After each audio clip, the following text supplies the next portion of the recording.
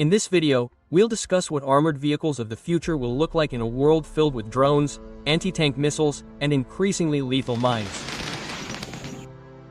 With the increasingly impressive development of drones as anti-tank weapons, as we're seeing in Ukraine, and the proliferation of increasingly lethal anti-tank missiles and anti-tank mines, many wonder if these steel monsters' days are truly numbered, or if designers are preparing revolutionary vehicles to counter these threats.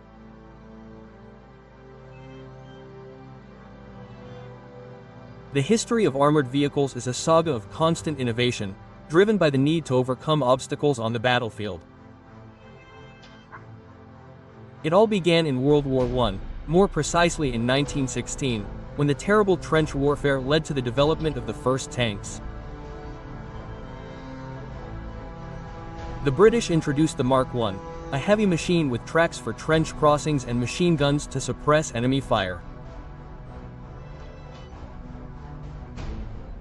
These vehicles were essentially large, slow steel boxes on tracks, designed to break through defensive lines insurmountable to the infantry and cavalry of the time.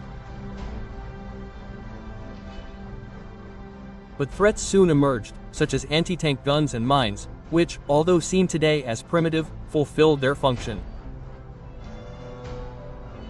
The Germans, after recovering from the surprise, began using anti-tank rifles and artillery to pierce the thin armor of these early monsters. In World War II, armored vehicles evolved with frightening speed, becoming not only better protected but also much more agile, fast, and lethal. Armored vehicles like the Soviet T-34 introduced sloped armor that deflected kinetic projectiles. But threats like American bazookas and German Panzerrusts, which used hollow-charge warheads, forced innovations. These warheads create a jet of superheated plasma that pierces even the largest and most resistant armor. To counter this, armored vehicles gained additional armor, making them even heavier. However, after the war, RPGs, such as the iconic Soviet RPG-7, became an increasingly common presence on the battlefield. These portable rocket-propelled grenade launchers could be used by infantry to destroy tanks at a distance, forcing the adoption of an ingenious solution: explosive reactive armor, or ERA, developed by the Soviet Union in the 1980s. This ERA consists of explosive plates that detonate upon impact with a hollow-charge warhead, deflecting the plasma jet and reducing its penetration. It was first used on tanks like the T-72 and proved its effectiveness against RPGs in conflicts like the Soviet invasion of Afghanistan. But as expected, the ERA pushed designers to innovate again, resulting in tandem warheads, with two explosive charges, the first detonating the warhead and the second, larger and with more explosives, penetrating the unprotected main armor.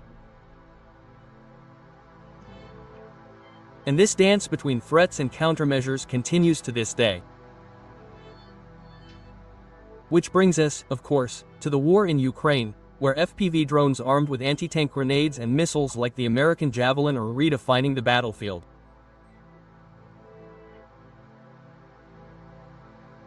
These inexpensive, remotely controlled drones carry explosives and can attack specific points of the vehicle, exploiting weak spots like the roof, which usually has thinner armor, or areas of the body with weaker armor.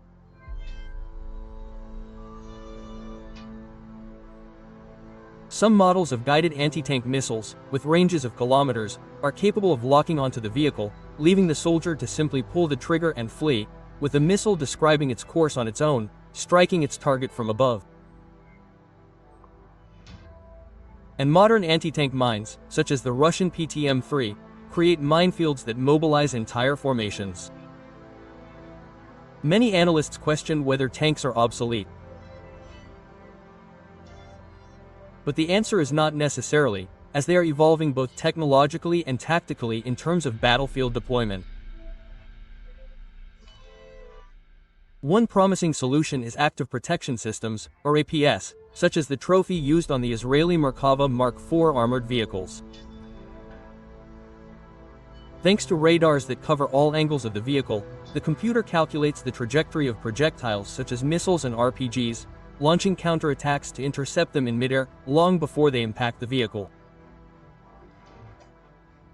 This type of defense has already proven its worth in Gaza, with over a 90% success rate against RPGs and anti-tank missiles like the Cornet.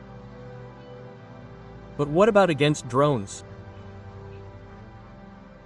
Anyone who has followed the war in Ukraine knows all too well how these small aircraft, controlled from several kilometers away, are devastating vehicles, infantry, and even large, heavy steel monsters.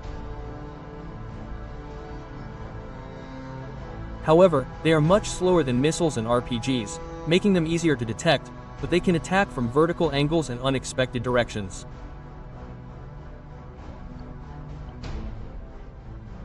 Steel nets and grids can offer some level of protection, but a single hit is enough to compromise the system, allowing other drones to strike the unprotected vehicle. Designers are adapting systems like the Russian one to the M-Arena to counter attacks from above, including from drones. Active defense systems can be a good solution against drones, but they require additional layers to be truly effective. This is where directed energy weapons, such as microwave lasers, come in, emerging as allies of armored vehicles. Imagine an anti-drone defense vehicle following a formation of tanks, carefully scanning the sky for threats. Lasers, like those successfully tested by the US Army on strikers, focus energy to burn out drone components in seconds. The Shorad-Dem system, for example, uses 50 kilowatts lasers to shoot down drones and missiles. Microwave weapons, such as the Epirus Leonidas or the Ron phaser, emit pulses that fry drones' electronic circuits in a wide radius, ideal for taking down entire swarms. And best of all, without physical ammunition. These systems are already being installed on light vehicles and are expected to be integrated into armored vehicles in the future, providing layered defenses. Armored formations are also beginning to include drones specifically for reconnaissance and counterattack, as well as thermal camouflage to avoid detection. In conclusion, armored vehicles won't become extinct. They will adapt, as they always have, from the T-34's sloped armor to the T-72's explosive reactive armor, from the Merkava's active defenses to the Striker's lasers. History shows that innovation balances or even overcomes threats.